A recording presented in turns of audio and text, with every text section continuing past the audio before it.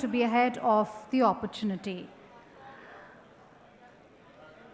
I'd like to extend a very warm welcome and request our dignitaries to kindly take their respective seats. Mr. Vinod Agarwal, Vice President SIAM and MD and CEO of Volvo Eicher Commercial Vehicles. Mr. Ganesh Mani, as President and Chief of Operations from Ashok Leyland. Mrs. Shivanshu Gupta and Mr. Shrikant Inampuri, both senior partners at McKinsey & Company. And we also have with us Mr. Sanjay Kapoor, President ACMA. Ladies and gentlemen, we are told that Honorable Minister Shri Piyush Goyal, Honorable Union Minister for Commerce and Industry, Government of India, is on his way. But due to paucity of time, we have decided to start the session.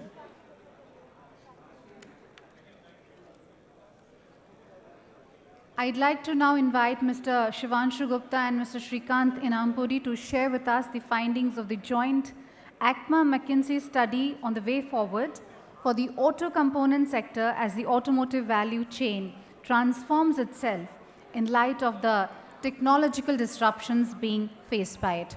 Before that, it is my sincere request to everyone to please settle down and take your respective seats. Ladies and gentlemen, since we are going to start this session, may I request for silence so that we can hear what our speakers have to say.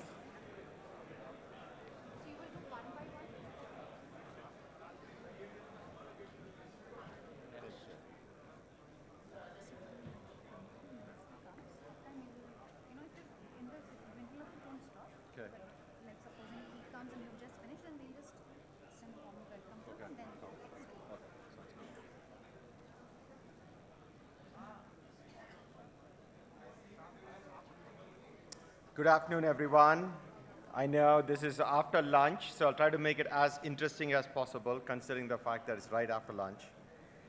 So if you just take a step back and think about what does the short-term future hold, it looks very rosy for the component manufacturers, right? You have the volumes coming back, and some of the big reasons why the volumes are coming back is the 18 months of pent-up demand due to chip shortage that you currently see.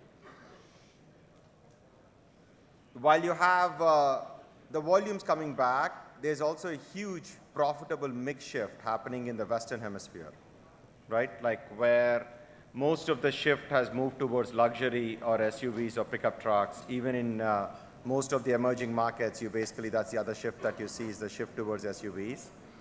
And last but not the least, the software, I think someone said this before, is moving from being an enabler to a source of differentiation in the future.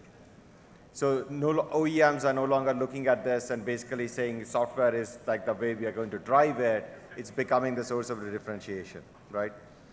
Now, if you move to the two-wheeler space, most of the dynamics that you basically see in the four-wheeler space still are applicable in the two-wheeler space as it relates to economy and what are all the various factors. The big difference being on the software side, I think it's still unclear, right? And I think it's expected to play out in ways that we'll all get to see. Now, there was a lot of dialogue this morning about the discussion about the electrification in India.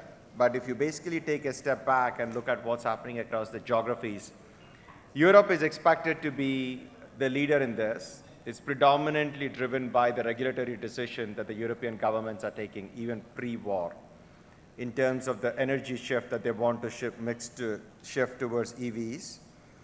And the second reason is it's predominantly also driven by fleets in Europe. Most folks don't appreciate, but half of the buy in Europe is all fleet cars, because most companies actually give vehicles as a benefit to the employees.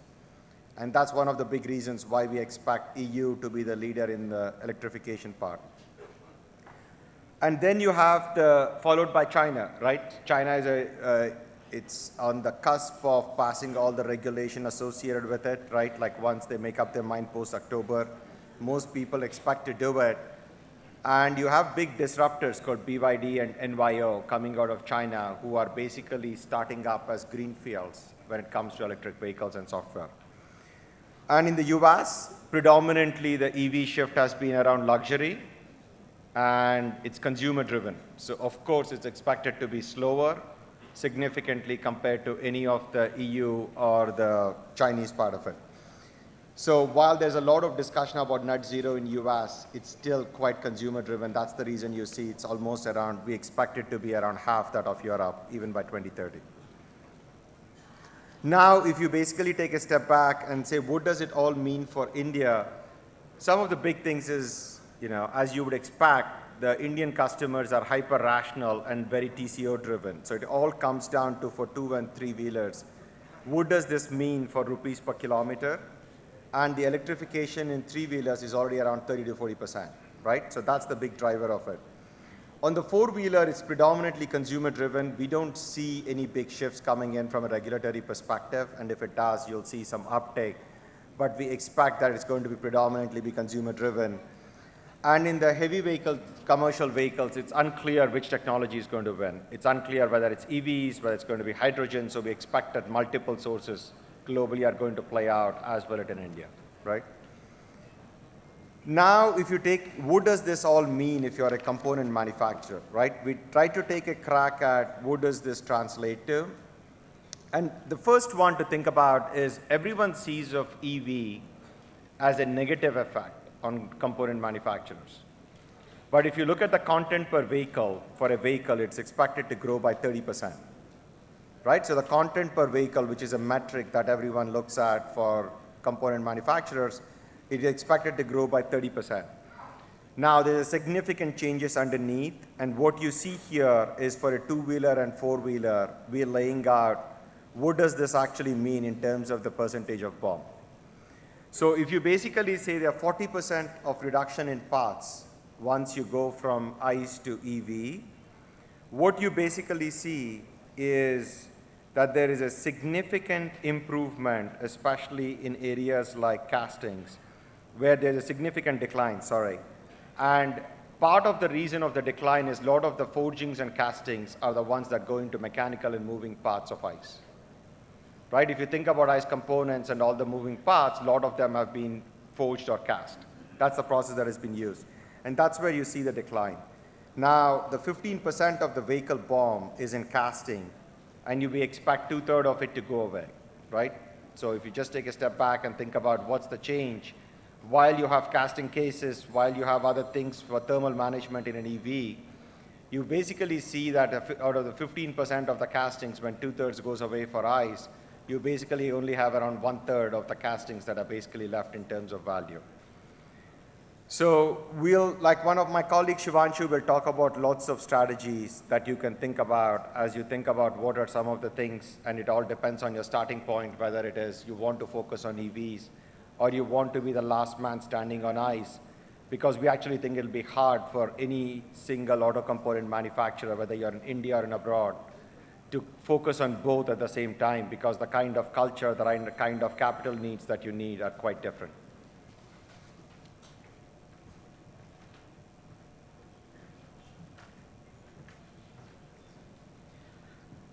Thank you, Shrikant. So I think having seen what the disruption is, I just wanted to talk a little bit about the opportunities. We classified them into 3 archetypes of opportunities, as you see. First one is, how can we expand the traditional ICE play? 2 ideas there. First one is expanding across opportunities within the automotive market in India, which means if you are a 2-wheeler or a 3-wheeler supplier, there is still, which is going to convert to EVs faster, there is still a 4-wheeler passenger car play which will be ICE. Absolute numbers will continue to grow. There will be substantial value pools. How can we tap those value pools, sticking to the manufacturing processes that we already have? I think the second one in the ICE play is capturing adjacent opportunities, so not entirely in the automotive space, but adjacencies, and let me actually jump to that page. What you see here, and this has been spoken of earlier today, there are a lot of these sectors, whether it's construction or mining, power generation, farm equipment, tractors, railways, moving stock, rolling stock, defense. Of course, defense has to truly play out, but the potential is there. If you look at the size of these sectors and if you look at the growth rates in this decade, these are all substantial incremental opportunities that all of us in the component supplier space can actually target. Each of these growth rates have fundamental trends that are driving these and can be substantial value pools for each of us to look at and capture. So this combined with what I said earlier, which is going to ICE parts which continue to grow, whether it's passenger cars, commercial vehicles, is an opportunity in our traditional ICE space. I think the second category of growth that I wanted to talk about was going global, but with current categories. Maybe I'll jump to that page.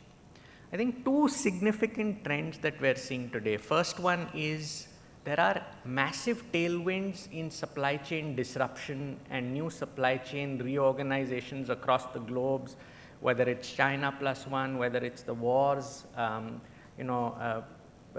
there are a number of trends that are driving that.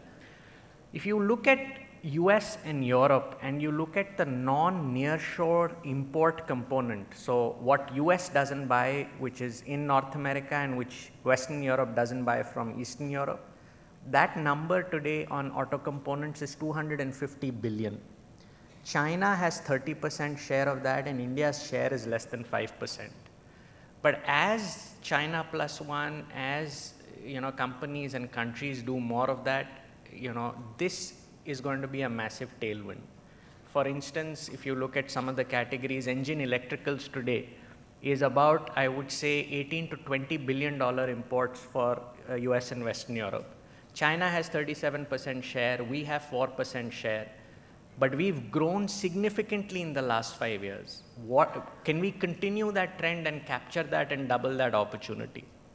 And there are a lot of these component categories that we can look at: brakes, clutches, engine electricals, etc., where we've shown our growth rate on non-nearshore imports to these countries is much higher than China, and we can actually make a difference. I think the second opportunity is, as Shrikant mentioned, the West will have a very fast electrification rate relative to our country. What that means is a lot of manufacturing outfits in US, Europe, for them, they will lose their economies of scale. There will be a lot of case of low volume, high variety component manufacturing. And that is the opportunity in India, especially if it comes to labor intensive, a lot of low volume, high variety manufacturing. How can we actually take a lot of that manufacturing and use that? It could be called last man standing, etc., but that becomes a very important opportunity. So these two tailwinds, the first one around the supply chain disruptions and the second one around electrification in Western countries, which allows that component capacity to be exploited by somebody else, is the second opportunity area that I would talk about. And on the right, what you see is some of the enablers that will help. If we're able to create export incentive schemes for IPOs to be set up, whether if it's OEMs, on the OEM side, can we have, PLIs or other such incentive mechanism to overcome the cost disabilities that we may have on landed costs, whether it's logistics or others. Some of those incentives can actually help us capture these two tailwinds. And I think it's been spoken about earlier today by Chairman ACMA, by CII, by Dr. Goenka, that a lot of this can come from collaboration. There were some ideas given by different people. If the ACMA, CIAM, government, suppliers collaborate, there is a way that this can be figured out. Then I would go back to the third set of opportunity drivers, which is saying in the innovation or new era, what can we do? And two specific opportunities. One is the value chain of EV categories, which could be $8 to $10 billion of value pool for us by 2030. And the second is downstream services. And this was also spoken of today, whether it's connectivity related services, other downstream services, linkage to software, which is a key capability that we have, is the second driver. Together, the innovation play itself can be $30 to $50 billion of opportunity revenue pool for us in the coming years. And just if I were to double click on that, of course, this is the value chain on the EV category side, and not all of these value pools are available to everybody. But what you see on the right hand side is even in some of these categories, there is a lot of current manufacturing processes that can be exploited to address some of these categories. So for instance, even on battery packs, castings, casings, castings can be used for battery pack casings, enclosures, vibration pads, thermal sensors, wiring connectors, enclosures. So a lot of what we do today will be applicable as we look at the EV value chain as well. That is one opportunity. And the second big opportunity, at least we've identified 9 vehicle connectivity use cases, which together will probably be $250 to $400 billion of revenue pool globally, of which we can exploit 30-40 billion of that revenue pool, 8-10% of that revenue pool today. I'm not going to walk through all of these cases, but this is where our capability, which may or may not be current resident capability for a lot of our component manufacturers, but on the software side, integrating hardware, software, will help us. And the most important thing on this revenue pool is that this is a revenue pool which has nobody in the world has taken claim for this. This is being, this is a disruption that is happening. People are piloting, people are getting the revenue pool, but it is not done. So this revenue pool, there is an option for us to pilot, for us to get our capabilities on the engineering and the software side and making this happen. So I would say, these in a nutshell, if you therefore look at these 3 areas of opportunity, continuing to expand on the ICE play, the global play on exports, which we can do based on the 2 tailwinds that I mentioned, and innovating in new opportunity areas, both on the EV chain, but also on connectivity and services, can collectively give us about $90 to $100 billion of additional revenue pool that we can target till 2030. And therefore, while EV is a disruption, while it will hit some of our current, state, there is a massive opportunity. I think one thing that came up in a lot of our discussions is, while there is an opportunity, how will a lot of us transition, a lot of the auto component players today, how will we transition into that? Now, this is just an example of a 2-wheeler supplier which maybe does forgings and castings.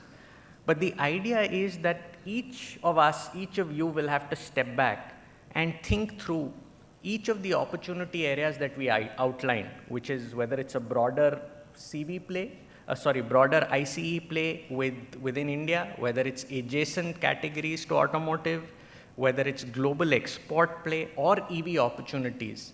There are opportunities available to each of us based on what we do. We have to kind of look at this map and say, where are we going to play? What are the shifts we're going to make, and what will enable that? But this exercise needs to get done for us to be able to figure out what we do. I think, as always, this cannot be done by any one person alone. I think there are 3 themes which need to get enabled. The first one is local manufacturing and exports. We talked about IPOs, we talked about connecting with a lot of the export bodies or other CAM, ACMA equivalent bodies in the rest of the world, figuring out partnerships, M&A, technology, IP. There is a big element of upskilling our labor force, establishing Industry 4.0, the Center of Excellence that has to be done. And then lastly, there is acceleration of innovation. Again, an opportunity area, but it will require us to put enablers in place, whether it's funds, which Dinesh talked about earlier today, of trying to set up a sovereign fund which would encourage innovation, or incubators, etc. But the government, CAM, ACMA, suppliers, OEM have to come together and play their part in making this happen. I think just to summarize this, and you have all the details on the reports, just 3 points. First, as everybody said today, the electrification is inevitable.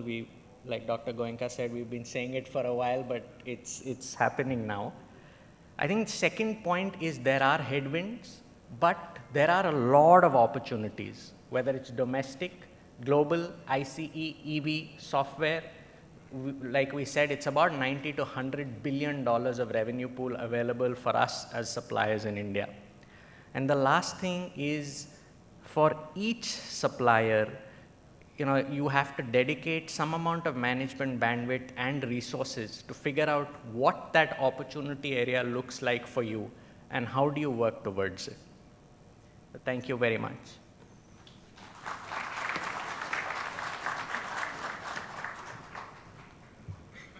Thank you, Mr. Gupta and Mr. Inam Puri, for sharing the findings of the joint ACMA McKinsey study. Ladies and gentlemen, I would like to now invite Mr. Vinod Agarwal, Vice President, SAM and MD and CEO of Volvo Eicher Commercial Vehicles, for his address. An outstanding leader, Mr. Agarwal will share his insights on the industry dynamics of an industry facing multiple challenging yet creating a benchmark for itself.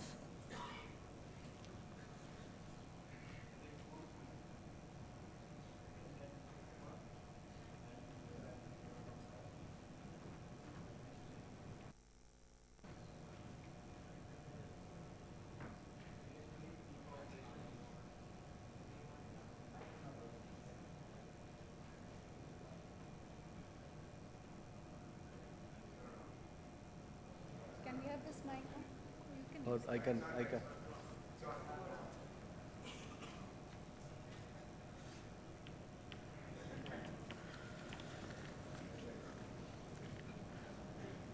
Mr. Sanjay Kapoor, President ACMA and Chairman Sonacom Sir, Mr. Ganesh Mani, Chief of Operations Ashok Leyland, Senior Partners from McKinsey & Company, Shivanshu and Shrikant, and of course, we were expecting Honorable Minister for Commerce and Industry, Piyush Goyal ji, and I'm sure he's on the way. And all ACMA members, my colleagues from automotive fraternity, and friends from the media. Good afternoon to all of you. On behalf of the automobile industry, let me convey my appreciation to the entire component industry for working together with us and supporting us during a very, very difficult period of last 2 years. And we do hope that we have put all our tough times behind us. Let me also congratulate ACMA for releasing this study on future of mobility, transforming to be ahead of the opportunity. As we listen to the study, there is huge potential for growth even in the ICE engine itself.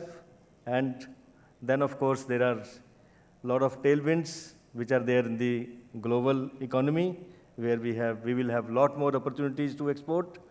And at the same time, we will have to take a lot of actions within our own companies so that we allocate the management time to address these opportunities. And I'm sure these insights which we have got from McKinsey & Company study would be very, very valuable for the auto industry as it continues to deliberate on the areas where investments should be made to remain sustainable in future. As we crystal gaze the future of automotive industry from a country perspective, we need to have certain broad guidelines. The future for mobility would depend on various parameters, such as climate changes, creating safer mobility options, and providing appropriate mobility solutions, meeting the specific geographical requirements. And we are therefore very, very thankful to our Honorable Prime Minister for the very clear articulation of the approach that the country should take on the climate change. And as you know, our Honorable Prime Minister has suggested 5 nectar elements, which is Panchamrit, to deal with this challenge. As part of that, we have to become net zero emissions, and India is committed to meet 50% of its energy requirements from renewable energy sources by 2030. And India is also supposed to reduce carbon intensity of its economy to less than 45% by 2030. These nectars of Panchamrit will determine how we adopt to technology options for vehicles which are less carbon intensive. So we have to keep all these targets in mind while we take future actions.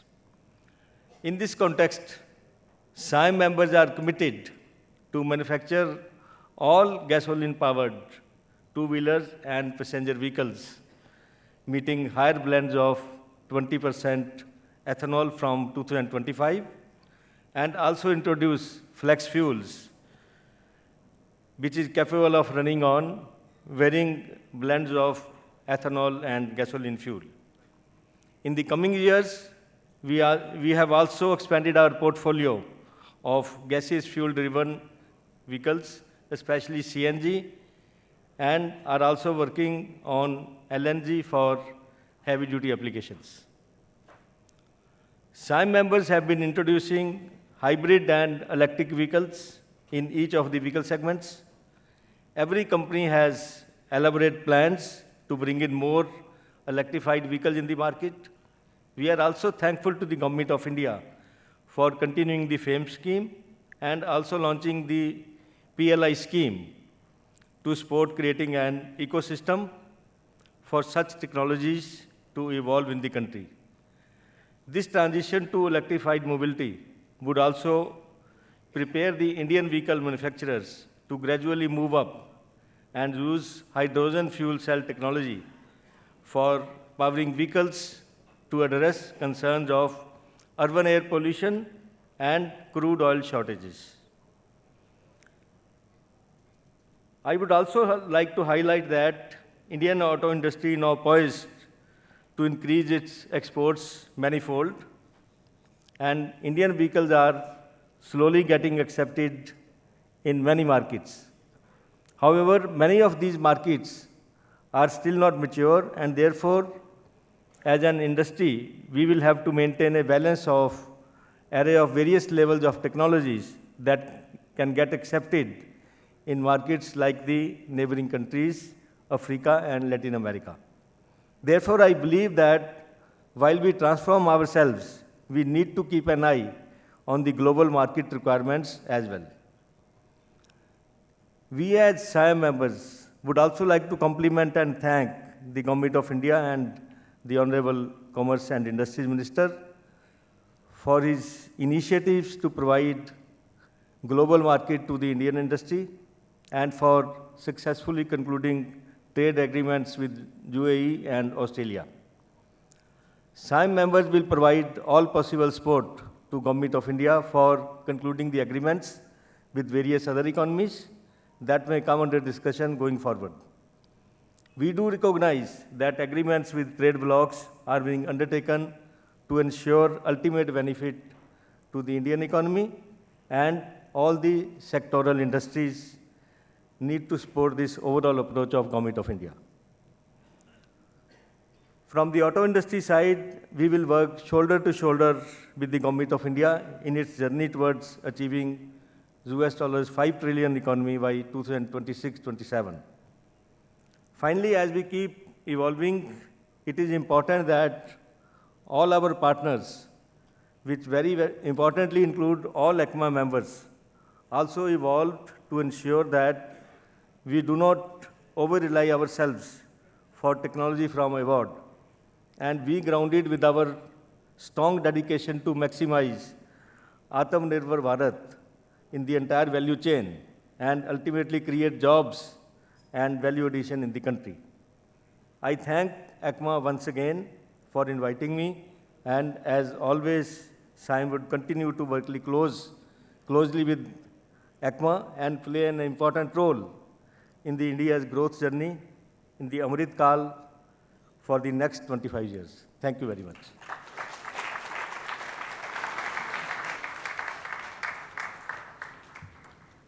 Thank you, Mr. Agrawal, for your insights on the industry dynamics. Ladies and gentlemen, our next speaker is Mr. Ganesh Mani S., President and Chief of Operations Ashok Leyland, an eminent industry leader. May I now request him to kindly address us.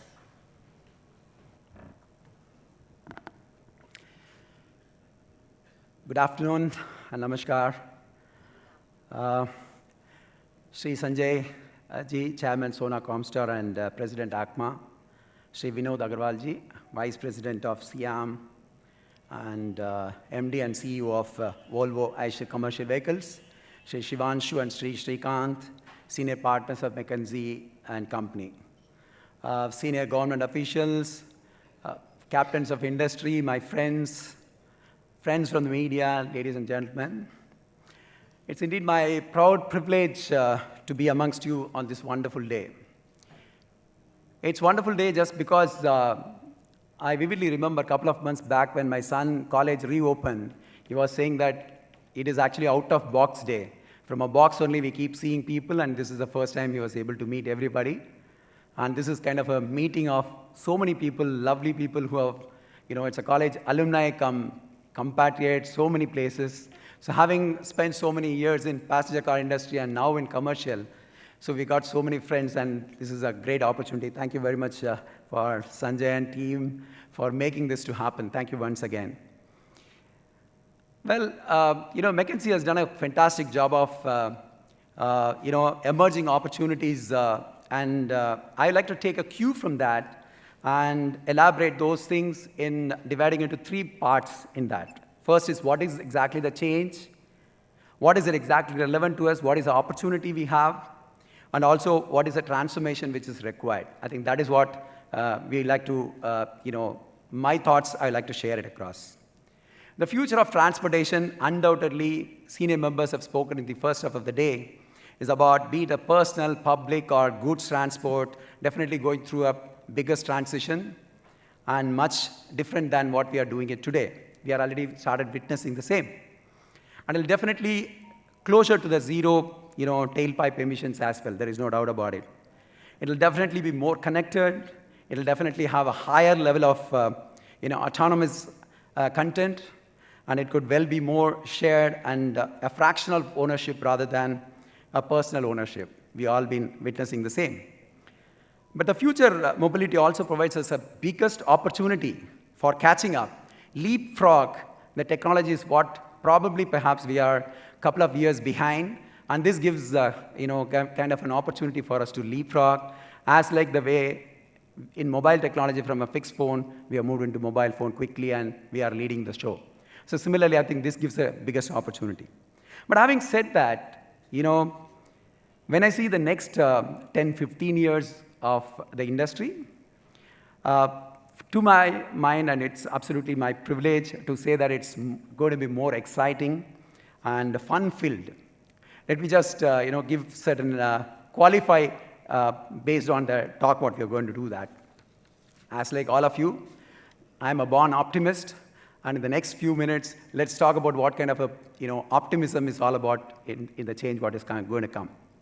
If you take a closer look at all the efforts of the government of India in terms of policies under the visionary leadership of our Honorable Prime Minister and such a council of dynamic ministers, the one which is going to come also today, we have actually been progressing so well, resulting into a huge and sustainable competitive advantage for India, and especially for the Indian auto industries. That's what makes all of our life exciting, definitely.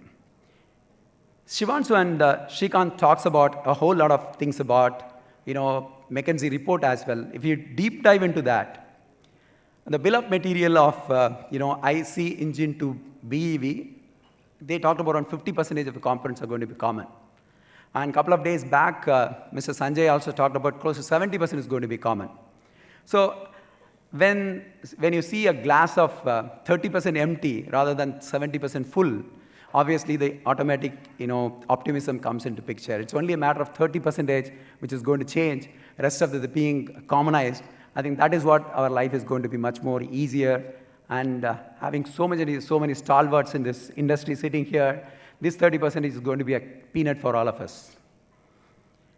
Not only that, and thanks to the government of India's various initiatives, we are the only country where positive growth is being seen in this industry also. Especially the last 1 month, commercial vehicles are looking to be, H2 is going to be much more higher, passenger car has already been doing great, and so on and so forth. That positive, energy has been coming out of the entire automotive industry. That is actually making all of our life much more exciting, yes or no? But when the uncertainty and the volatility shall continue in the short term, but some definitive trends such as global climate action and the entire industry's convergence towards the green technology and connected world in 5G era, or among all those things will shape our products of the future. The most important thing is I recall what Stephen Covey said, if the direction north is very clear, I think half of the job is absolutely done. I think that direction north is absolutely clear to all of us. That's what we are trying to do. So when the industry is going through the S curve, which we call it as how the innovation catch up and move on to the other area, and definitely there is a scope of IC also. That's what our friends have already talked about. Given that the IC engines running on diesel and petrol have been around for more than 100 years, and the demise of the same could well be seen maybe within our own lifetime, maybe perhaps. However, it's still going to be around for next 10 to 15 years. That's what the study says. So that gives a huge amount of comfortness level to each one of us who are already in the industry. And maybe in the next cycle of investment, we generally do it for 4 or 5 years. This is the time to actually invest on these IC as well, along with what we are doing it for electrification as well. And that's what I humbly believe. And Mr. Amitabh Kant has also talked about how the transition has been happening. He talked about two-wheeler and three-wheeler industry is the first thing to catch, and then subsequently many more wheels. As the wheels keep on increasing, the electrification keeps going ahead. Passenger car industry is going to go later, and subsequently later on to commercial vehicle. That's what even McKinsey study says. There is a whole lot of learning curve is going to happen. It's not that disruptively it's going to happen. We are going to learn together, and we can always keep managing the show. Close to 30 billion possibilities of dollar, business is possible as per McKinsey report. So I believe, like in case of two-wheeler, three-wheeler industries, component suppliers are having a difficulty, you can always come to passenger car and commercial vehicle. We are always there. As long as we make IC, you can always start supporting us. It becomes a competitive, it's all win-win situation for each one of us. Why don't we actually start trying that? Why do we unnecessarily keep worrying about ourselves? Obviously, we need to work on future technology, but as well, there is a scope and possibilities is always there. That's what I wanted to say. Well, at this point of time, I'd like to recall what I learned around 5 years back. What Charles Fine from MIT Sloan, he's a renowned professor, he wrote a wonderful book called Clock Speed, Winning Industry Control in the Age of Temporary Advantage. I took a big understanding from this book is about, Charles goes on a note saying that as the speed of the industry accelerate, the advantage certain players only gain in terms of short terms only. The basic advantage for any kind of players who are there, it gets shortened up, which means advantages are absolutely temporary. It may look to be very different, but actually, when the rapid changes bring so much of a level playing ground for everybody, everybody is going to play on a common ground. We all come to ground zero and start moving ahead. That gives a huge amount of sportsmanship. That gives a huge amount of healthy competition, and that makes the industry much more growing, and that's where our export potential also will come into picture going forward. That's what I strongly believe that way. The next point of excitement comes from, while the world is actually going towards the overlap S-curve of new technology in terms of electrification, some more industries also being some other challenges, advantages about hydrogen coming into picture. Incidentally, a lot of seniors have already spoken about this. But the important thing I'd like to say is that there are major companies who already challenge the status quo, saying that with $1 they are planning to give a kg of green hydrogen going forward. I think that gives a huge amount of opportunity for the rest of the people to follow. Let me just explain. While the industry is working on the development of H2 in IC technology, this technology is actually mastered would mean that all the IC engines in related investments can be utilized as it is. It's going to be injected and we are going to use the same possible. And having said that, tomorrow if you're going to go with the same hydrogen with a fuel cell, maybe we have already developed 50% of electric components ready. Probably we can use the same thing and we can start utilizing. So how advantageous the situation is going to be, it's more of a transitional thing rather than an abrupt thing at all. That's what, in the comfort level, I, as an OEM, feels. I think that is what each one of you who are present here also would endorse a view on that. So it will be difficult and it is easier said than done, but as Pavanji said in the morning, the world's most innovative people who are sitting here, if we cannot do it, who else can actually do this kind of a changes very easily? I'm sure 100% we can always manage that. Charles went on to say which company can actually manage this also doing that. So he talked about beautifully three-dimensional concurrent engineering. Any company which does it will be able to manage these kind of transitions so beautifully effective. One is about by simultaneously working on improving the products, process design, and creating the supply chain in itself. If you can do it, all the three things put together, the company can drive a turn of a helix, in a DNA form, a turn of helix convert the entire gamut of the game to completely change. And that will change the clock speed of the industry itself. That is what we need to do. I'm sure each one of us can always do this possible in this wonderful country. Next challenge comes opportunity. When we find that the future of mobility, we are also in the process of moving from vehicle to X. So V to X is the term which we use, which is nothing but vehicle to everything. Everything comes from the vehicle only. Through connected, shared, autonomous vehicle are becoming vehicle to everything. And we have already spoken enough about it. But one interesting fact which I recently learned is that, as a matter of fact, many of the Ashok Leyland's truck fleet owners are imbibing the connected technology so well to make business advantage out of that. So if people are able to take the people who are actually using the fleets, if they can do it, apart from the millions of people who are already using passenger car vehicle, for that matter, even two-wheeler industry, I think the market is absolutely ready to take what exactly is being offered. I think that, I believe, is an exciting period for all of us to come. The point which I'm trying to say is that the ecosystem around these technologies are coming up in a big way, and it is gaining a rapid speed, and thereby the clock speed comes into picture. The intelligent vehicle transportation, pay by use, pay per kilometers. Mr. Amitabh also talked about the buses possibilities. We have recently come up with the double-decker bus, which has also started utilizing all these technologies in a big way. I think we can always take it forward in a much more advantageous. Route optimization, geofencing, and concepts are readily available and adaptable, and users are ready to use. That's what is most important thing is. Having said that, we already discussed about the government's PLI schemes, advanced autonomous technologies, electronic manufacturing. These are all going to add, as a side support to our industry to move it forward. It's only, we who has to take the first step, and rest of the steps will always continue to move ahead. That's the important thing. One of the other major opportunity which we are going to use, we are already started doing is China plus one. And why not that plus one is nothing but plus I, plus India. And that's what is the area where we need to work upon. We are working, and we need to work in those areas in a big way. So, and whole lot of, comprehensive economic partnership agreements are being signed by Honorable, Minister Piyush Ji also. And that is going to utilize in a much more advantageous to all of us. McKinsey also talked about Atmanirbhar Bharat in adjacent industries. It's a very interesting story. The collaboration with the defense is such a wonderful experience that it always, takes a bit of time, but we have recently developed a 600 horsepower V8 engine for battle tank and converted the entire stuff of all these things put together. So all these opportunities are continuously going in a much more better way, and we continue to take it forward into the advantages of the best thing possible. So to conclude, we have a huge potential opportunities, and we are going to utilize the same thing. I would like to I started with the positive, and I want to end with the positive vibrations.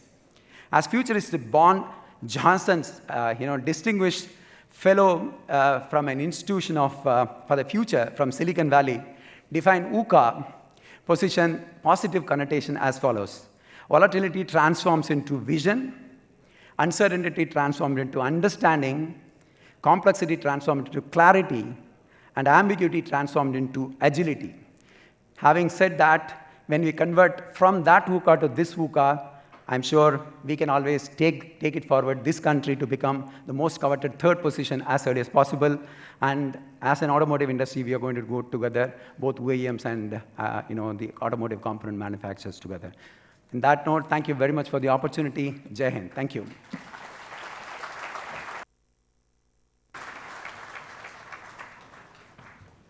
Thank you, Mr. Mani, for your very positive address. Ladies and gentlemen, we are told that Honorable Minister Shri Piyush Goyal has already joined us, and he will be coming onto the dais in just a few seconds from now.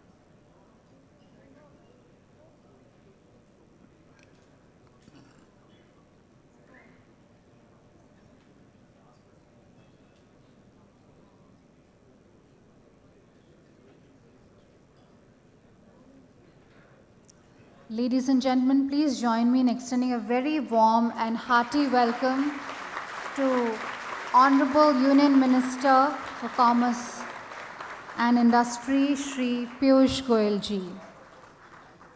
May I now request Shri Sanjay Kapoor to kindly give a welcome address to Honorable Minister. Mr. Piyush Goyal, Honorable Union Minister for Commerce and Industry, Government of India, Mr. Vinod Agarwal, Vice President, SIAM and MD and CEO of Volvo Eicher Commercial Vehicles, Mr. Ganesh Mani, President and Chief Operation Officer of Ashok Leyland, Shivanshu Gupta from McKinsey, Shrikant from Senior Partner from McKinsey. Ladies and gentlemen, it is my privilege to welcome you all and the dignitaries to this theme session, Future of Mobility, Transforming to be Ahead of the Opportunity. At the outset, Minister, I thank you for your tremendous support and encouragement to the industry, especially during the challenging times, and we're still not out of the woods. You have always led us from the front, and I'm yet to come across a minister with such zeal and commitment to the industry. I distinctly recall the long-drawn meetings we had, and I mean that in a good way, and the sharp reviews during the days of the pandemic. Your push to the industry to think out of the box, to think big, and put India first has encouraged us in the component industry to give its best performance ever. Like I mentioned, we have clocked $56.5 billion in turnover, growing at 23% over last year, and our exports have scaled to $19 billion with a trade surplus of $700 million. This This has been an export growth of 43%. With great traction from international markets, especially the US and Europe, which are our key export markets, we are confident that in the next 5 to 7 years, we should be able to triple our exports. We're also committed to working doubly hard in the auspicious Amrit Kal and have set a target of growing our exports by 20 times to $300 billion. I congratulate you on the successful conclusion of the FTAs with UAE and Australia. Our exports to UAE have already started to increase, and we would also urge you to sign FTAs with India-like markets such as Brazil, South Africa, and Iran. I once again, a big thank you for your presence here today. We look forward to your address and your vision of making India, the Indian industry, Atmanirbhar and globally competitive with a sizable share of the world market. I also want to thank our two earlier speakers, Mr. Vinod Agarwal and Mr. Ganesh Mani. The two of you are veterans of our industry, and we're delighted that under your able leadership, the commercial vehicle industry is once again back on track. We've seen a 30% growth in the commercial vehicle industry, which is phenomenal. And thank you for your guidance to the component industry and all your support. I also want to thank Shivanshu and Srikanth from McKinsey as our knowledge partners for the annual session. I compliment them for the insightful report on the future of mobility, transforming to be ahead of the opportunity. I won't carry on anymore. Over to you, Minister, for your address to the audience. Thank you.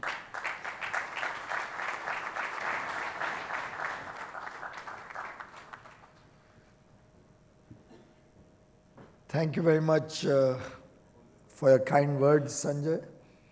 All the distinguished leaders of the industry on the dais, off the dais, the entire automobile component industry present here in full strength.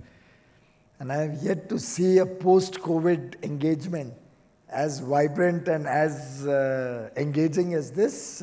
Compliments to all of you.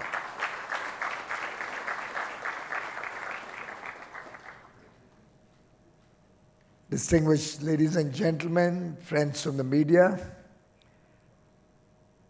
truly wonderful to once again be at the ACMA annual session, because in some sense over the last few years, I've almost started identifying myself with all of you.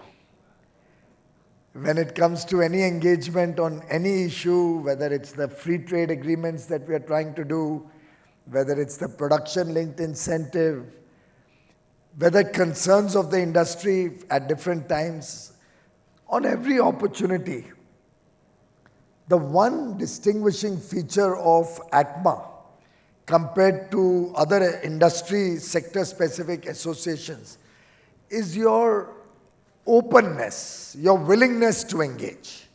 And I must compliment all of you for that openness.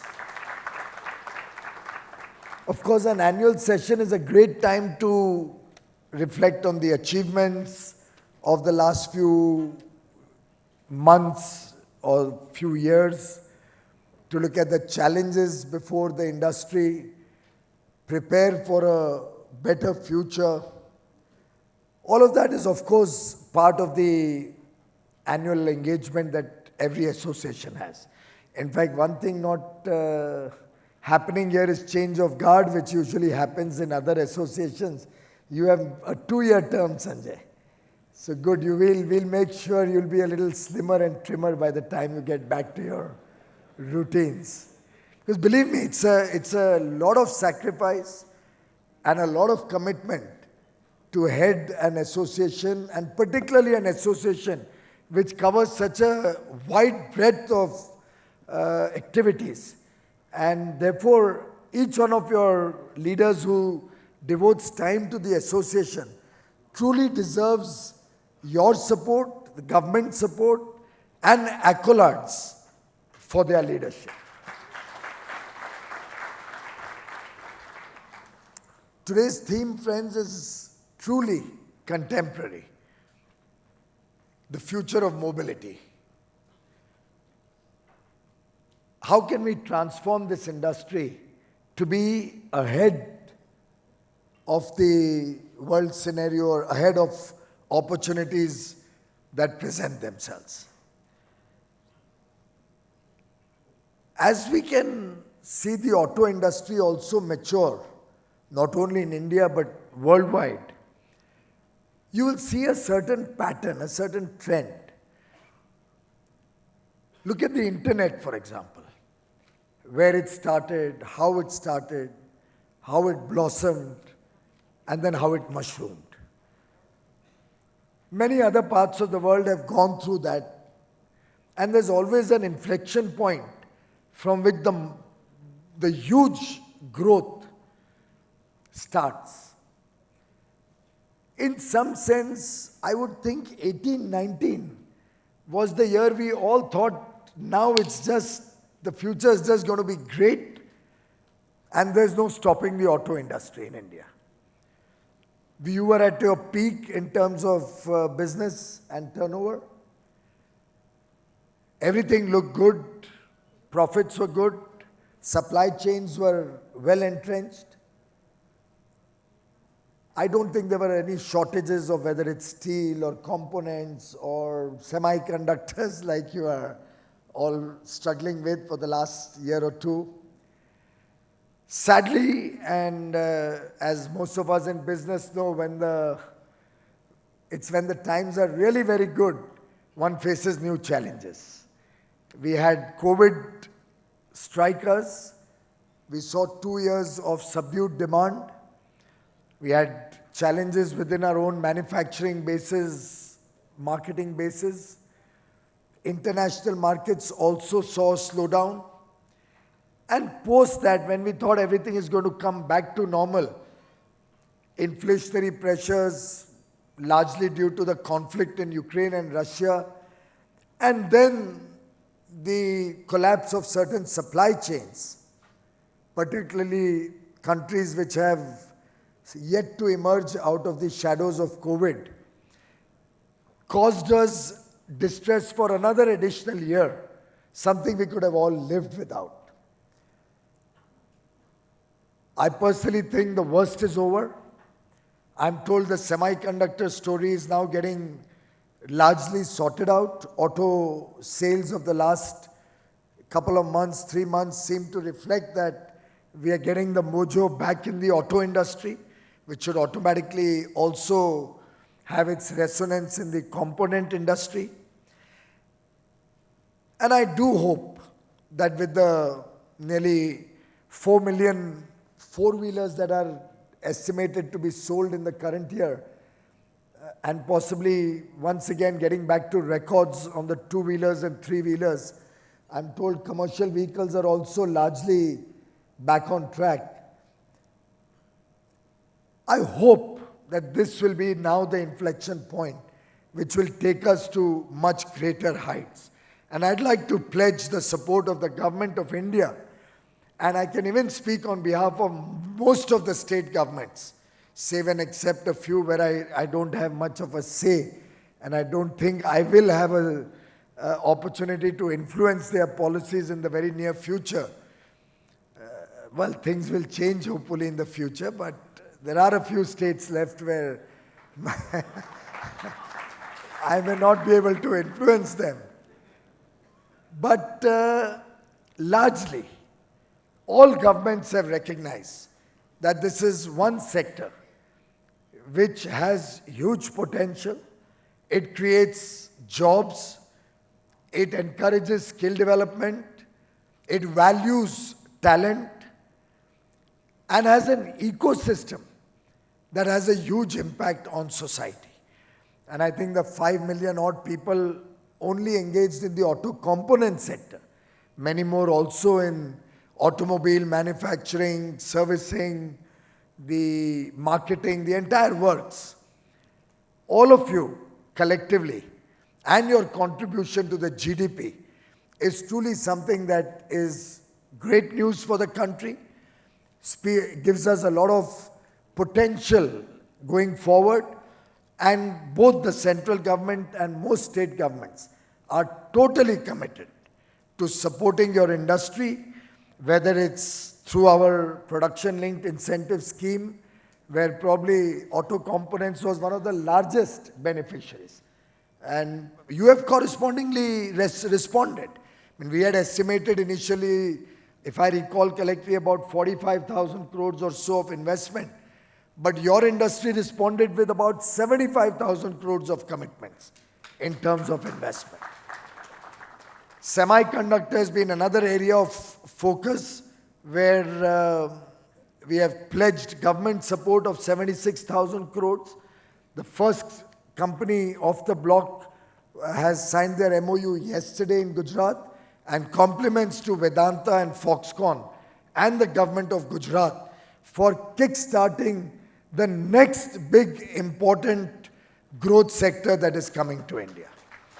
I was in the US only last week, and I can assure you that companies across the world are looking to rejigging their supply chains.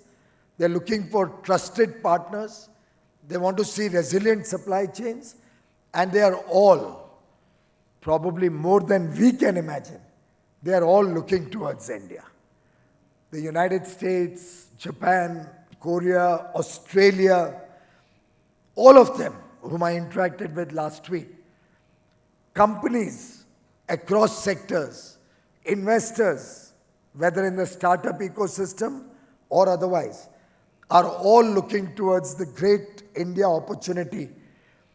And as I've said on earlier occasions, I don't think there is a comparable opportunity of the size and scale of India anywhere else in the world. As other economies will grow at 2 or 3%, some emerging market economies maybe 6 or 7%, India has the potential, literally on a business as usual case, to grow at 8%, and a little bit more effort by all of us collectively. As the Prime Minister says, sabka prayas. If we all decide that we are going to go for it, then I think even 9 or 10% should not be very difficult. And at 10% growth, you are looking at a $45 trillion economy in the next 30 years. Even at 8% growth, the Indian economy will be $30 to $33 trillion in the next 30 years, which is going to be much, much larger than most European countries or most other parts of the world. And in fact, that's one of the points that I use very extensively when we are engaged in free trade agreement talks, whether with UK or with Canada or with the European Union. We've concluded with Australia and UAE. I'm happy to hear some success stories in UAE. I've just met the Australian minister last week. Because of Her Majesty the Queen's death, there's been some delay in their parliamentary calendar. And instead of November, possibly our approval of the ACTA agreement, Indus ACTA, may take another few days. But he has assured me that before the end of the year, both the Indus ACTA agreement and the income tax law change, which will help the IT sector significantly, both will be passed by their parliament. And we hope that we'll open 2023 with the entry into force of the Australia ACTA agreement also. UK is progressing well in terms of the free trade agreement, and I would like to place on record my deep appreciation of the support that I've received from the auto component sector, all of you friends from ACMA, the unstinted support. I didn't have to do any cajoling, I didn't have to do any negotiations, I didn't have to do long meetings. You understood that engaging with the world is good for us, it's good for your industry, will open up new vistas and markets for you, and it will help you get better technology, get better investments into the country. And the way your industry came forward for a literally like-to-like, 0-for-0 offer, demanding that India gets duty-free access for the auto component industry across the world, and if necessary, even give concessions in the auto component sector for imports. with the confidence that you can face any competition from around the world, with the confidence on your quality, on your competitiveness, on your pricing. A big thumbs up and a big compliment to each and every one of you.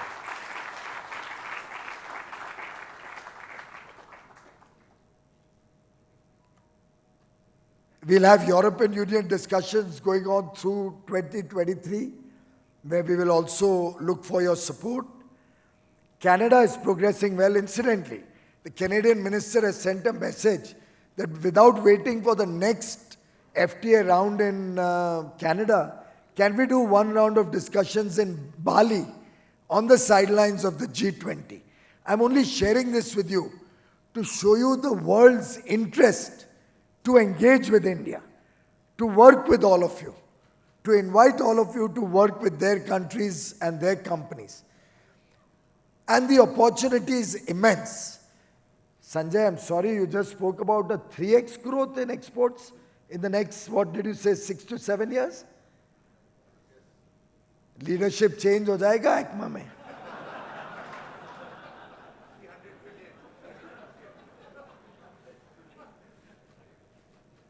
We need to be bolder,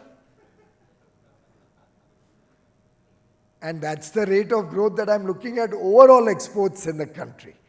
ACMA has to be 2 steps ahead of the rest. And I would urge all the senior leaders of your sector to relook at your business processes, to relook at your plans. My own experience, whether in the private sector or in government, is once you have aggressive targets and aggressive ambitions, bold ambitions, that old Shah Rukh Khan's story, which I used, I think, last time in one of your ACMA functions, the entire universe conspires to make it happen. And I would urge you, let's look at a 3-digit export number. Why can we not look at a 3-digit export number?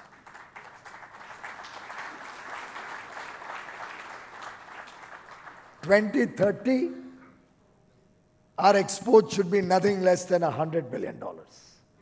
That's ACMA's pledge for today. That's your industry turnover, my friend. I'm talking of exports, which is currently at about 18, 19 billion. I hope I'm not wrong in my numbers. I don't know 2047, I'm talking of 2030 today. We'll reset your target of 2047, and if you do 100 billion by 2030, then I don't know, 4 digits? On a serious note, the industry has come to its inflection point. I remember when my good friend Pawan Goenka offered his support to the government, and we were able to set up the SCALE committee, the steering committee for advancement of localization, employment and exports.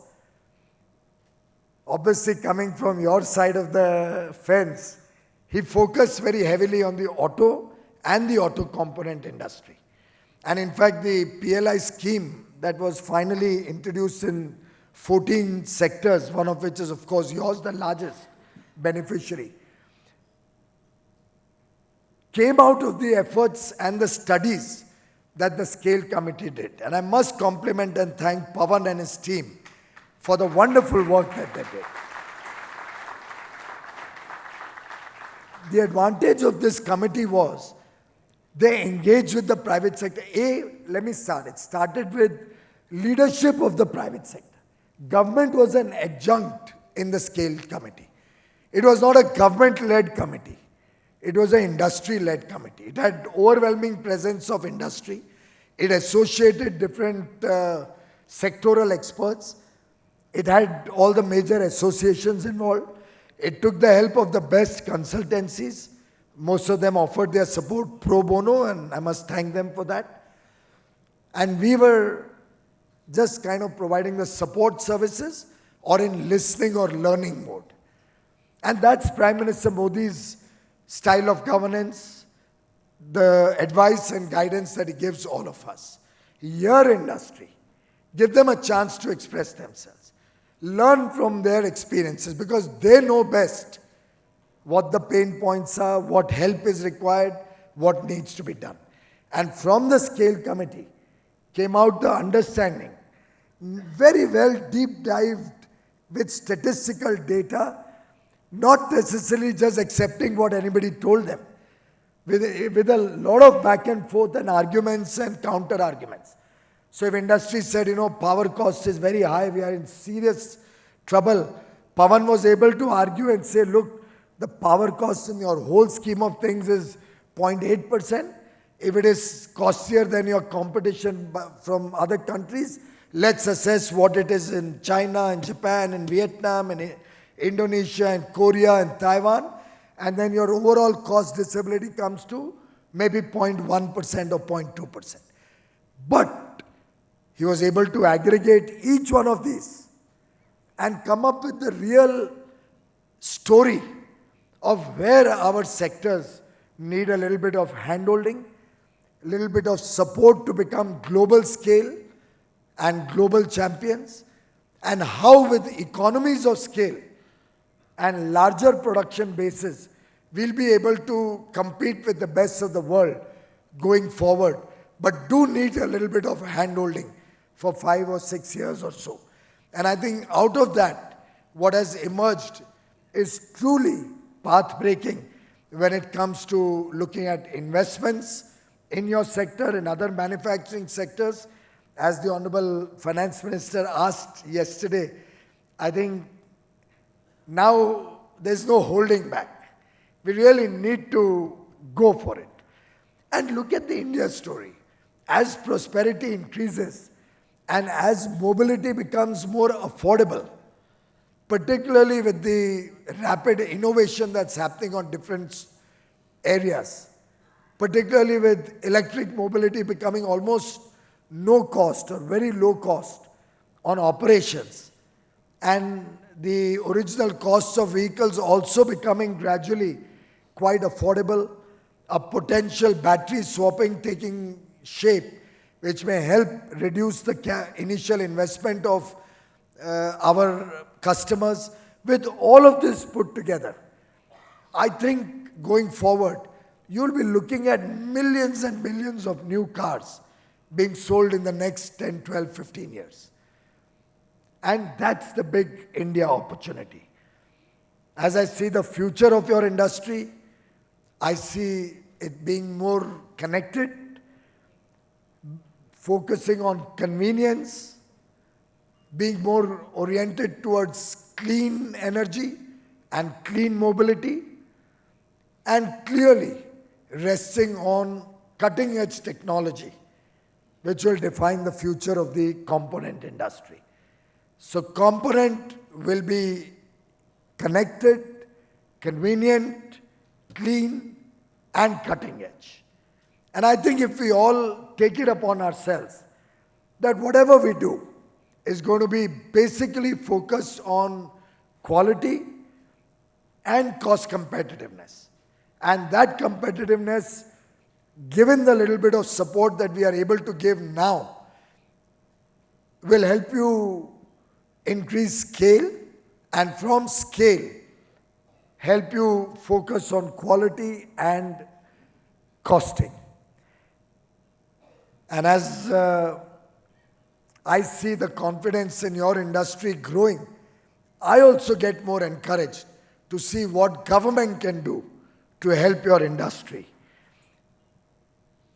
You are making some very innovative stuff nowadays. You're looking at innovative ways of marketing your components.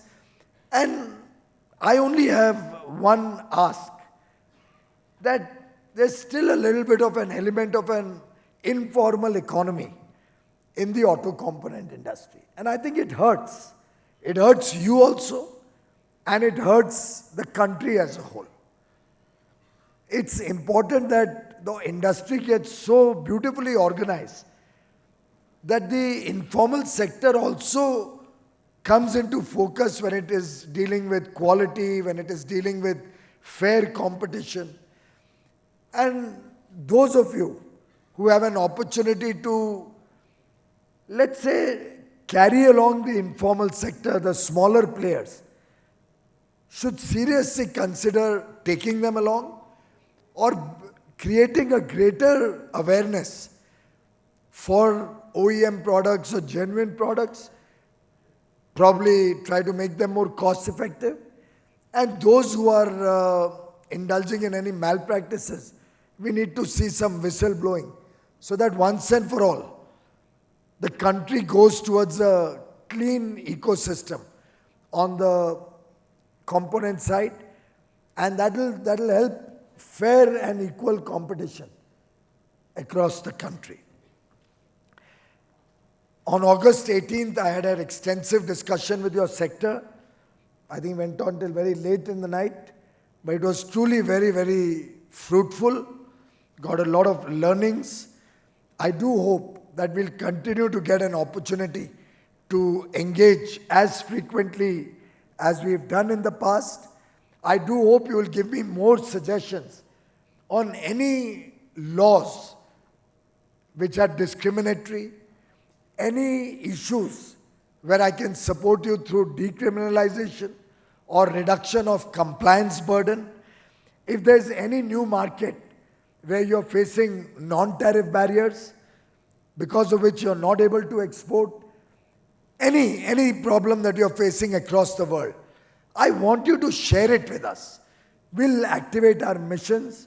We'll be happy to engage with their ministers or their officials. We'll be happy to send teams from India. And wherever required, I assure you I'm ready and willing to take reciprocal action in the interests of your industry. And we did that with a few countries. I remember Indonesia. Some parts of the auto downstream industries were having some challenges with Indonesia, and we took action on that. We took reciprocal action. The minister met me in Los Angeles last week, and we are going to talk in Bali next week, where we are looking at easing things on both sides. Very often, and we are all business people, we know that's the language that works. So we'll have to do everything possible to support and encourage you, just like I find you supporting the government and encouraging us in our efforts to engage with the developed world, expand India's footprint in international waters, and truly make India a world leader when it comes to the auto sector. I think a lot of localization work is being done by all of you, and I must compliment you for that. I do hope you will continue to promote local auto components. In case, and I've heard this from some quarters, I may be totally wrong, but in case any of the auto companies is pressurizing any auto component manufacturer to import the components instead of localizing them here, when you have the opportunity to localize, when you have the technologies by which you can localize, I would urge you to please come straight to me and talk to me without hesitation. Because if any company, Indian or international, is forcing you not to localize, is forcing you to import from a certain set of their own suppliers, which is reported to me by different people, I'm happy to take cudgels on your behalf. And I would appeal to all the auto companies, if any of them are in this room.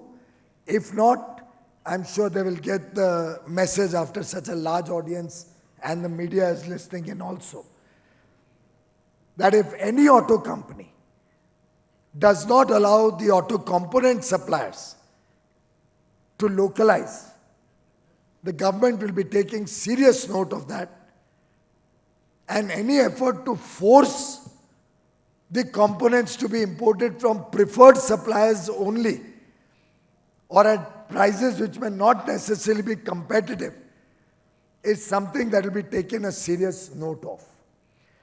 Similarly, it was brought to my attention that some auto ancillaries who have collaborations with probably other companies around the world are also facing some stress and some pressure from their joint venture partners. This is a matter that the government will take and view very seriously. And if at all any joint venture partner is unhappy, he is free to leave. I'm sure our Indian companies will be in a position to give them a fair and honorable exit. If you want to leave, by all means, the Indian entrepreneur is also free to leave. But if anybody is being forced on unfair terms, I think you must approach the authorities. You must let the government know. And if necessary, we will be taking it up with our counterparts in other countries. And I can assure you, the government will fully support and back fair play and fair business dealings between Indian companies and foreign companies.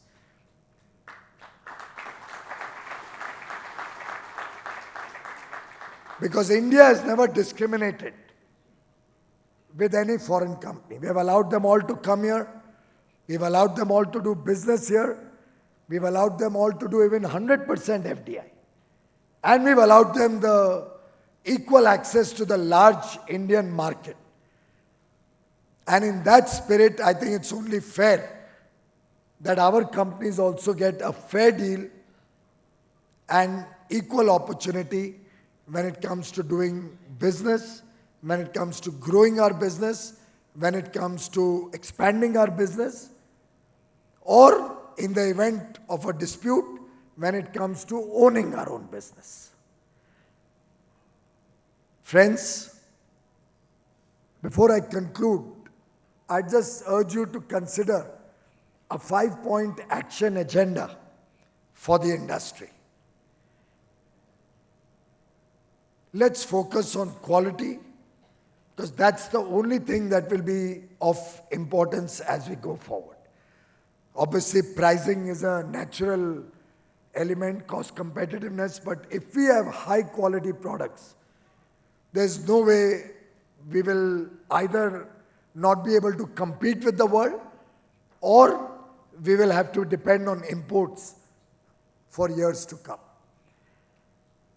2, we have to think holistically.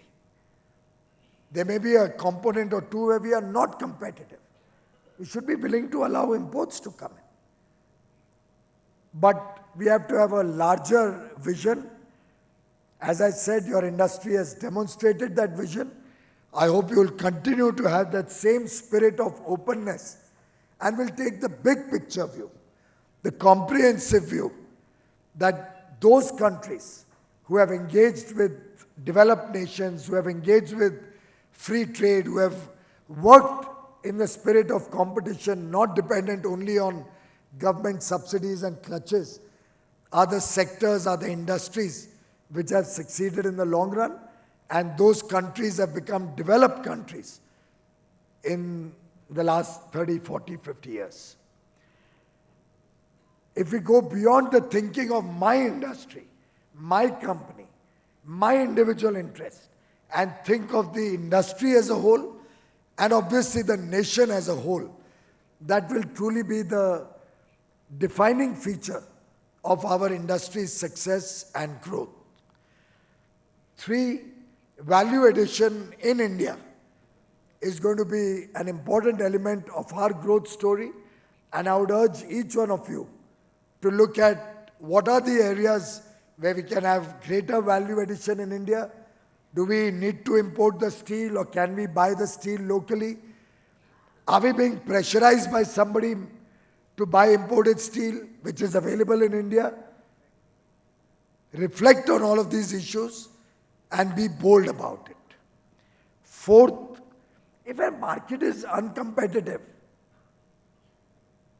let's not flog it, because there's a lot of opportunity available out there where we can be competitive, and if we focus with scale in these markets, I'm sure we can do much, much more than what we are doing now. And all the missions across the world have been directed to support industry. In fact, the KPIs of our missions across the world will now include trade, technology, and tourism as three important elements of the performance of our missions. They will handhold you. They will support industry if you are having any problem. They are supposed to scout for opportunities to grow trade between India and that country. They are supposed to help you get modern, better technologies. And of course, if tourism grows also, your shared mobility will also get newer opportunities. And lastly, I come back to the point I started with. Let's think big. Let's think scale. Let's be much, much more optimistic and aggressive in our targets, in our mission, in our ambition.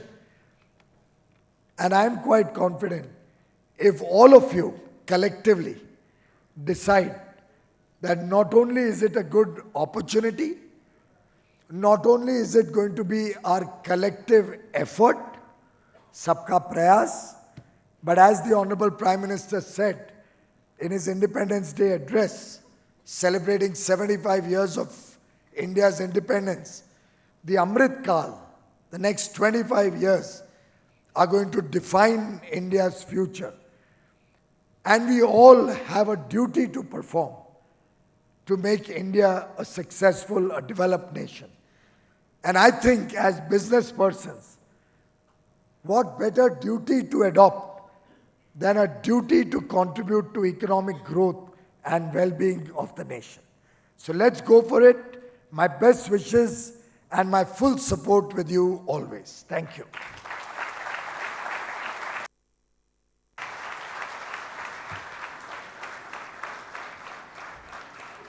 Thank you, Honorable Minister, for your very inspiring address and for enthusing the industry with your words and support. May I now invite Mr. Sanjay Kapoor, President ACMA, to kindly give a token of our appreciation to our esteemed guests. Can we have the mementos, please? May I request you to kindly present the memento firstly to Honorable Minister, Shri Piyush Goyal.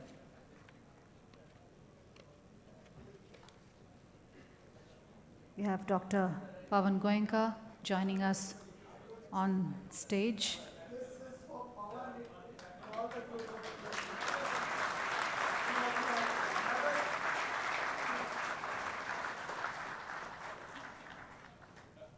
This is for you, for the good work you are doing.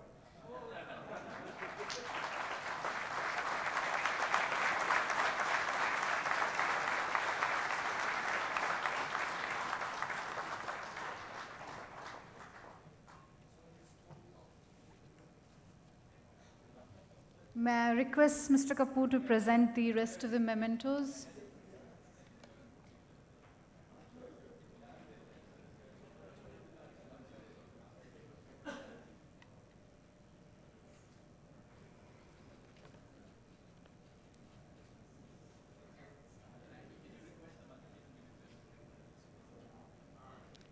So, may we request the Honorable Minister to present it to Mr. Vinod Agarwal, to Mr. Ganesh Mani S.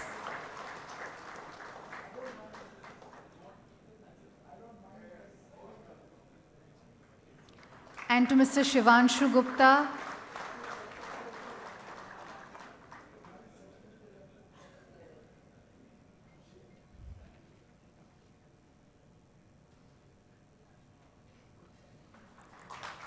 And to Shri Shrikant Inampudi.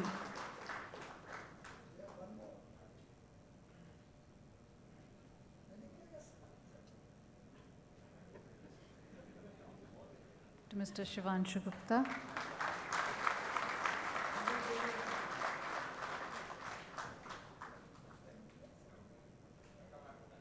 Thank you, Honorable Minister.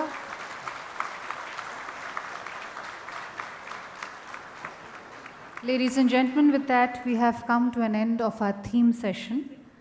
Thank you, esteemed dignitaries. We have a short tea and coffee break. Due to the paucity of time, I request everybody to join us back in the next 15 minutes for the next session.